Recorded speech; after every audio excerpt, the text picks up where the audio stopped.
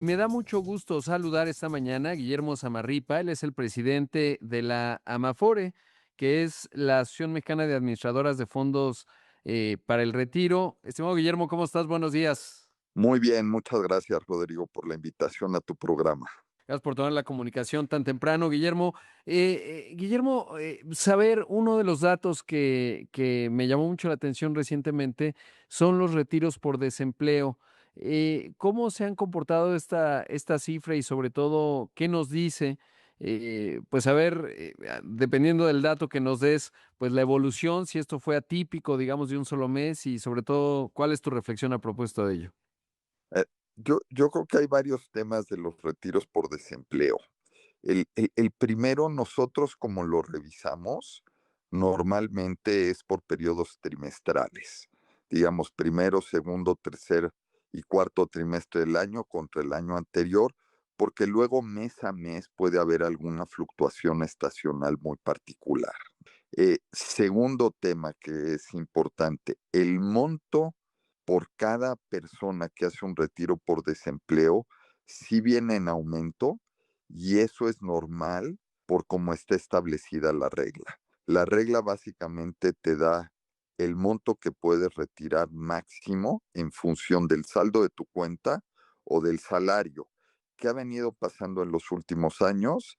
El salario mínimo ha venido teniendo incrementos muy importantes y eso te aumenta una de las variables de retiro por desempleo de tope y el otro es el saldo de las cuentas ha venido creciendo, que es la otra variable que juega para determinar el retiro por desempleo. Entonces, el tema que el monto por retiro vaya aumentando es natural con la propia evolución del sistema. Eh, Ahora, el tercer aspecto que es bien importante, ¿por qué creo yo que está habiendo retiros por desempleo? Y ahí estamos tratando de hacer un análisis para comprobar esta hipótesis. Cada vez más el saldo de la cuenta para las personas es importante. Cada vez más las personas entienden mejor al sistema lo que es la cuenta, para qué sirve y qué mecanismos tiene, como el retiro por desempleo. Entonces, también el tener más retiros por desempleo quiere decir que la gente está conociendo más el sistema. Ahora, desde el punto de vista, digamos, números agregados del SAR, la verdad es que el monto de los retiros por desempleo sigue estando muy limitado y está funcionando realmente como una válvula de escape, una llanta de refacción para las personas, más que una manera para drenar las cuentas de ahorro para el retiro. Claro, Guillermo. Y en ese contexto, saber cómo está evolucionando el rendimiento, que esa es otra. Hemos visto un mercado mexicano, en términos del mercado de capital, que le ha ido muy bien. En términos del rendimiento de las administradoras, ¿cómo ha evolucionado? Yo creo que para entender el rendimiento de las administradoras hay que ver los portafolios. Los portafolios son aproximadamente el 50% de deuda de gobierno, buena parte de la deuda udizada del gobierno a tasa real, de las bonos a tasa fija nominal están en las Afores. Eso te da un ancla de rendimiento. Y después tienen una parte muy importante, que es más del 20% en renta variable, ya sea nacional o extranjera. ¿Qué ha pasado en los mercados accionarios en los primeros 9 meses de este 2025? La Bolsa Mexicana de Valores, 20%, Nasdaq, 18%, Standard Poor's creo que anda como en 15%, el Dow anda un poco más abajo. Si te vas a mercados europeos, también rendimientos muy favorables. Entonces tienes una de las clases de activos en las que invierten las Afores con rendimientos muy, muy buenos durante el año. Otras clases de activos también con rendimientos aceptables, por eso es que al cierre de agosto traías un monto de plusvalías que te equivalían a un rendimiento acumulado en el año de 10% en 8 meses. El desempeño de los mercados en general en septiembre te hace pensar que cuando el 15 de octubre reporte CONSAR los datos de plusvalía, va a haber plusvalías en el mes de septiembre con 8 meses en negro y solo el mes de abril en rojo con minusvalías creo que fueron de 29,000 millones. Entonces tú traes un muy buen desempeño este año en términos de rendimientos para las cuentas en el sistema, y mucho se explica por un portafolio diversificado con visión de largo plazo, pero también por un muy buen desempeño de los mercados financieros, los accionarios y muchos otros. Claro, y que es importante también entender, pues que el sistema está considerando pues un periodo de tiempo mediano o largo plazo, dependiendo en qué CIEFORE, digamos, o en qué umbral esté un trabajador, porque de repente vamos a pensar que los mercados entran en un ciclo bajista en Estados Unidos, etcétera, y en México, y finalmente está pensado en un horizonte largo, ¿no? Que asegura, como lo describías en términos de la propia conformación del portafolio, pues garantizar ciertos rendimientos y sobre todo impulsado, digamos, a un, digamos, un retiro y un buen desempeño de esos activos de los trabajadores. A ver, yo creo que lo que tocas es bien importante por 2 razones. Primero, ahorita yo estaba hablando del desempeño promedio del sistema. Ujú. Y luego los promedios esconden muchas cosas, porque de entrada son 10 afores y cada afore por los fondos generacionales tiene a su vez 10 CIEFORES. El régimen de inversión es mucho más restrictivo para las CIEFORES de la gente que es más grande y mucho más abierto y para tomar riesgo para la gente que es más joven. Entonces, dentro de una misma afore, el rendimiento entre las CIEFORES es distinto y por eso yo creo que es muy importante que la gente entienda que el desempeño promedio del sistema no equivale a su cuenta. Tiene que estar checando muy bien en qué Afore está y en qué CIEFORE generacional está. Yo que estoy ya más cargado hacia la gente mayor, pues mi rendimiento de mi CIEFORE dentro de la misma Afore en la que estoy es menor a la de la gente que tiene 28, 30, 33 años. Entonces uno tiene que entender muy bien eso. Número dos, lo que dices, eh, lo otro que dices es bien importante. La construcción del portafolio de las Afores no se hace con la visión de hacer trading un día y ganarle al mercado un día. Se hace con una visión de tendencias de largo plazo, posicionando el portafolio para ver cuáles son las clases de activo que van a dar un buen rendimiento en el mediano y largo plazo. Por eso las Afores no están comprando y vendiendo tan activamente. Somos más bien tenedores de instrumentos que cuando se compran se queda durante un tiempo en los portafolios. Y por eso mismo, cuando hay un ciclo negativo en los mercados, hay minusvalías, pero eventualmente los mercados se recuperan y eso lo ha demostrado la historia del sistema. Sin duda. Recientemente lanzaron una herramienta. ¿En qué consiste la herramienta que está muy vinculada a lo que estamos hablando? Te refieres a la herramienta que lanzó Consar de Monitor Afore. Sí, exactamente. Monitor Afore es otra dimensión distinta, porque ahorita estamos hablando de rendimientos. Monitor Afore lo que pretende es medir el nivel de servicio que le dan las Afores a los clientes. Por ejemplo, hablábamos de retiro por desempleo. Dos de los indicadores de Monitor Afore tienen que ver con retiro por desempleo, pero en el tema del servicio. ¿Cuánto tiempo me tardo en recibir y procesar tu solicitud? ¿En cuánto tiempo te entrego los recursos? La ley establece ciertos plazos y la regulación. Entonces, lo que checa el monitor Afore en estos casos, por ejemplo, es si cumples con los tiempos. Y cumplir con los tiempos es 7. Si yo te entrego el dinero más rápido que lo que establece la regulación, es 8, 9 o 10. Si te entrego el dinero después de lo que establecen las regulaciones, 5, 4, 3, 2, etcétera. Entonces, este indicador de monitor Afore lo que busca es calidad de servicio. Una cosa es, yo soy cuentaviente de Afore, tú eres cuentaviente de Afore. Una cosa es qué desempeño tiene y qué rendimientos me da. Y otra muy distinta es que cuando quiero hacer un trámite, me lo hagan, me atiendan bien, me lo hagan rápido y tengo una buena satisfacción como usuario de la Afore. Entonces, digamos, este esquema que hizo Consar de Monitor Afore son 31 indicadores que miden un desempeño operativo y de servicio en las Afores, y lo que sale allí, en lo que publicó CONSAR, es el promedio. Claro.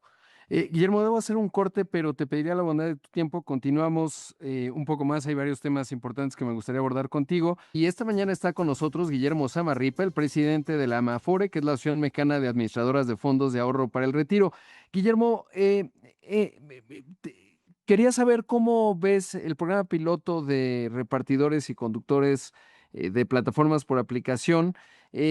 ¿Cómo se ve desde ustedes? Y ahí creo que poco he escuchado del lado de las administradoras y sobre todo cómo se ve en el rendimiento. Claramente tienen seguridad social, pero ¿qué hay con respecto al retiro?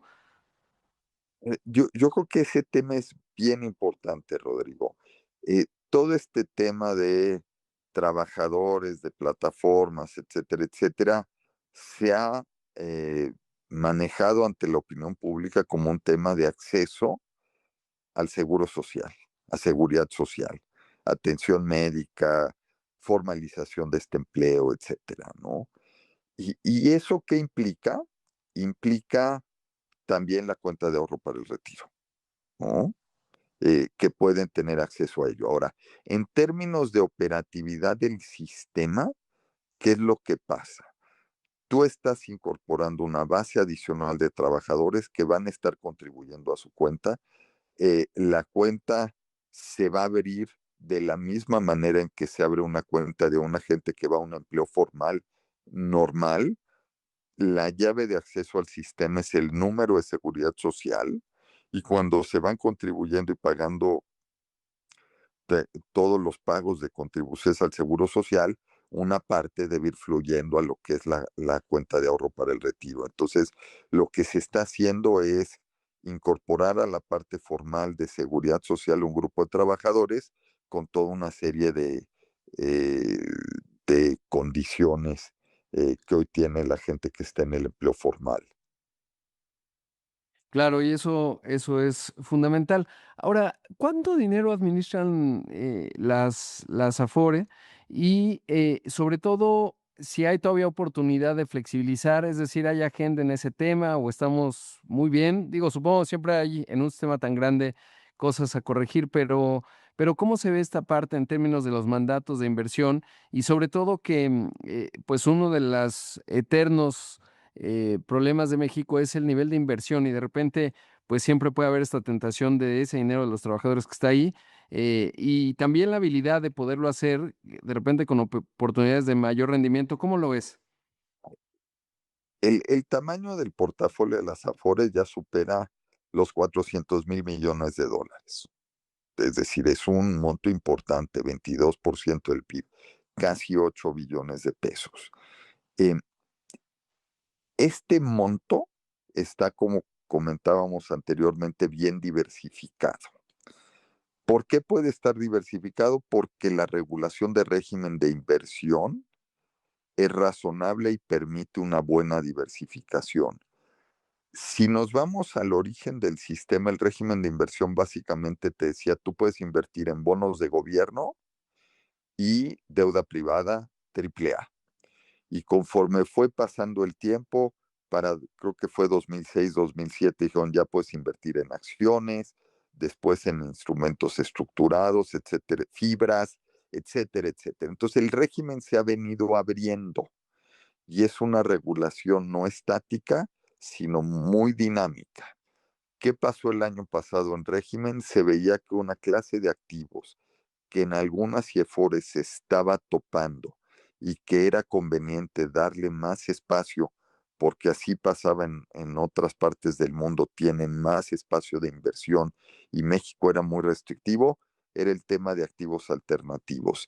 El año pasado se cambió el régimen de inversión para ampliar la capacidad de las CIEFORES más jóvenes de invertir en alternativos del 20 al 30, pensando en todos los proyectos de infraestructura que hay en México por desarrollar y que pueden invertir las AFORES. Entonces es como un bajo continuo el de régimen de inversión. Entonces, hoy como industria nos sentimos bastante a gusto con el régimen que tenemos, pero lo más importante es nos sentimos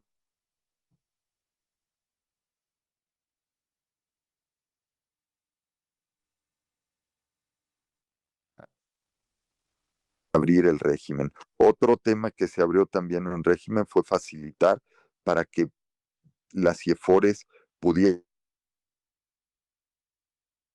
Uy, parece que perdimos a Guillermo. A ver si ahora lo para recuperamos. facilitar. Claro, te Y yo creo perdimos un que ese es. poquito ahí, Guillermo. Si puedes repetir esa última idea. Y claro, también en la revisión de régimen y de CUF se flexibilizó para que las AFORES pudieran operar derivados porque había una serie de requisitos y solo la mitad de la industria operaba con derivados, entonces se flexibilizó para que más pudieran, esto en beneficio de los trabajadores. Entonces lo que vemos de la autoridad es está observando lo que pasa en la industria y ve cómo ampliar el régimen. Entonces, en ese sentido, eh, creo que lo importante es que el régimen no es estático, sino que puede ir evolucionando cuando se vea que hay restricción. Claro, y realmente me sorprende el dato que nos das, 400.000 millones de dólares, lo que eso mueve la aguja, ¿no? En términos de, por ejemplo, un 1% de ese portafolio, pues son 4.000 millones de dólares, pero creo que es muy destacable que México ha sabido resistir la tentación, y me refiero desde la óptica de regulación, porque es una cantidad de dinero enorme que puede resultar muy apetitoso a veces con enfoques políticos, etcétera, y además, pues vimos discusiones en Chile, en el sistema de pensiones de Colombia, me parece, y creo que al final México se ha mantenido como un buen ejemplo uno y sobre todo ha resistido pues estos vientos que de repente pueden generar cierto ruido en el patrimonio de los trabajadores.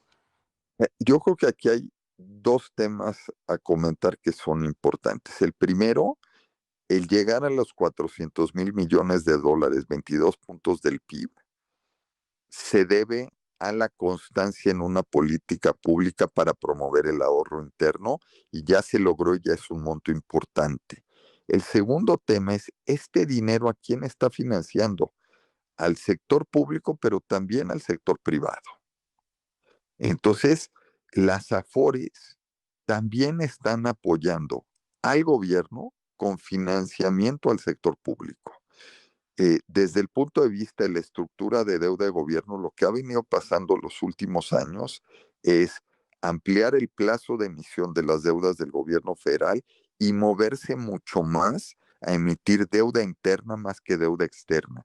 ¿Y quiénes han sido uno de los jugadores que le han ayudado al gobierno a esta visión estratégica de la deuda? Las AFORES. Entonces nosotros, ese portafolio de inversión, estamos apoyando a la inversión pública, al gobierno federal, pero también al sector privado. Y creo que este balance de inversión en sector público, privado y también parte que se invierte afuera, una parte que es menos del 20%, le da diversificación a los trabajadores. Yo creo que esta mezcla es algo que le da una fortaleza al sistema.